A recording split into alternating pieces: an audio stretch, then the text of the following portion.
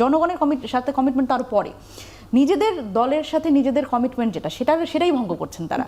দেখেন ওই প্রশাসক বসানোর কথা আমি যদি বলি 18 ওনাদের 31 দফার 18 নম্বর দফায় ওনারা বলে রেখেছেন যে রাজনৈতিক প্রভাবমুক্ত মানে স্থানীয় সরকার।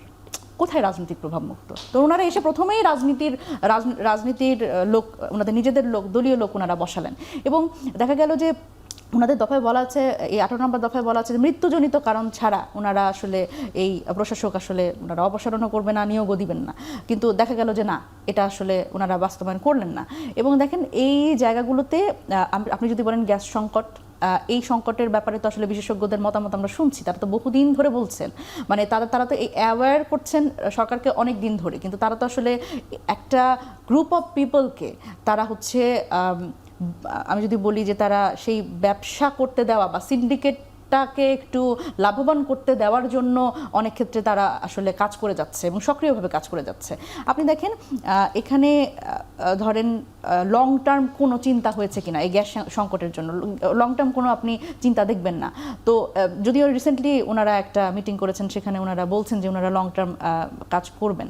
এখন এই জায়গাগুলোতে প্রথমত যেই সংস্কারের যে জায়গাগুলো ছিল কোনোটাই আসলে সংস্কার হয় না, এটা জাস্ট একটা হাত বদলের রাজনীতি হচ্ছে। এর আগে আওয়ামী লীগ যেভাবে করে চালিয়েছে এবং এখন সেই বিএনপি সরকার সেভাবে করেই চালাচ্ছে। দুর্নীতি কি কোনোটা বন্ধ হয়েছে? এখন দুর্নীতি কারা ধরবে? দুদক ধরবে, কিন্তু দুদকের চেয়ারম্যানটা তো তাদের দলীয় লাগবে। আর দেখেন যে অধ্যাদেশগুলো হয়েছে অন্তর্বর্তীকালীন সরকারের সময়, যেখানে আসলে বলা হয়েছে যে কোনো না কোনোভাবে আসলে এই দলীয় প্রভাবমুক্ত রাখা এই সাংবিধানিক প্রতিষ্ঠানগুলো, সেখানেও কিন্তু দেখেন তাদের সমস্যা এবং তারা কিন্তু অধ্যাদেশগুলো বাতিল করলেন। এবং এইভাবে করে যদি আসলে আরও একটু ভালোভাবে তারা অধ্যাদেশটা আনবেন বলে তারা বাতিল করেছেন। এখন এই ভালোভাবের মধ্যে কি আছে জানেন?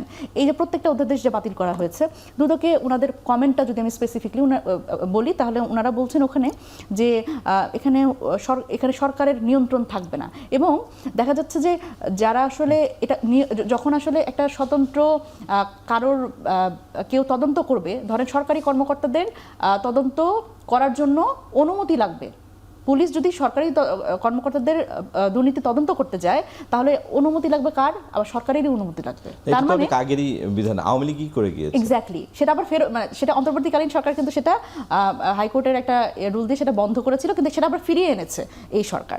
তো এখন অসুবিধার জায়গা কি জানেন? যে যখন আসলে বিএনপি সরকার বিরোধী দলে থাকে, তখন তারা একরকম গণতন্ত্র চায় এবং একরকম সংস্কারপন্থী থাকে, কিন্তু যখন আবার তারা সরকারে আসে, তখন দেখলাম যে আসলে তারা অন্যরকম হয়ে যায়। যেমন এটা কিন্তু একটা নেটিজেনরা খুব বলছিলেন যে বিপদ কেটে গেলে লোকে বিএনপি হয়ে যায়। আমরা তো আসলে এটার একদম বাস্তবায়িত যে রূপটা সেটা এখন দেখছি। তো আমার মনে হয় যে এই দ্বিচারিতার রাজনীতি থেকে বের হয়ে সত্যিকার অর্থে যে সংস্কারপন্থী রাজনীতি, সেটা করা দরকার। আর এটা না করতে পারলে আমার মনে হয় যে নিজেদের সাথে যেরকম এখন কমিটমেন্ট ভঙ্গ হচ্ছে, এবং সাধারণ মানুষ কিন্তু বিশ্বাস করবে না আর ভবিষ্যতে এই ধরনের রাজনীতি বিদদের বা এই ধরনের রাজনৈতিক দলগুলো। ধন্যবাদ।